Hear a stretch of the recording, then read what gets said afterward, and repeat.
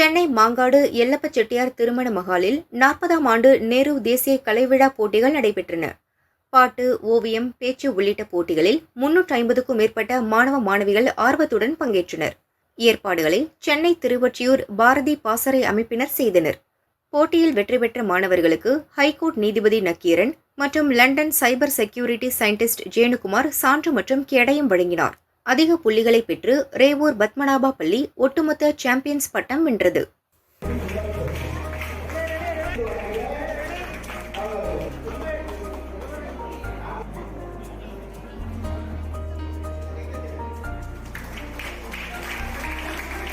நம்மளோட private information, அதாவது நம்மளோட இந்த முகம், நம்மளோட டேட்டா, இது எல்லாத்தையும் பத்திரமா வச்சுக்கணும். ஆன்லைனில் அவ்வளோவா பப்ளிஷ் பண்ண தேவையில்லை. எங்கே இருக்கிறோம், என்ன போகிறோம், என்ன பண்ணுறோம், இதெல்லாம் சொல்லணுன்ற அவசியம் கிடையாது. ஸோ உங்களோட டேட்டாவை நம்ம தான் ப்ரொடெக்ட் பண்ணிக்கணும். ரெண்டாவது, இந்த மாதிரியான ஒரு மிரட்டல் விஷயங்கள் ஏதாவது வந்ததுனாக்கா யாரும் எதுக்கும் பயப்பட வேணாம். அதுக்கான காவல்துறையும் நீதித்துறையும் அணுகுனா எல்லா பிரச்சனையும் சொல்லுவாங்க. Don't worry about this things.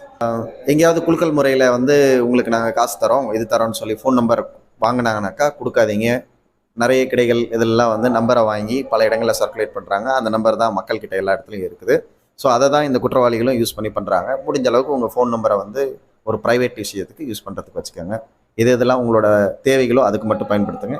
பல இடங்களில் கொடுக்குறத அவாய்ட் பண்ணால் ஃபஸ்ட்டு அதுவே குறைஞ்சிடும்.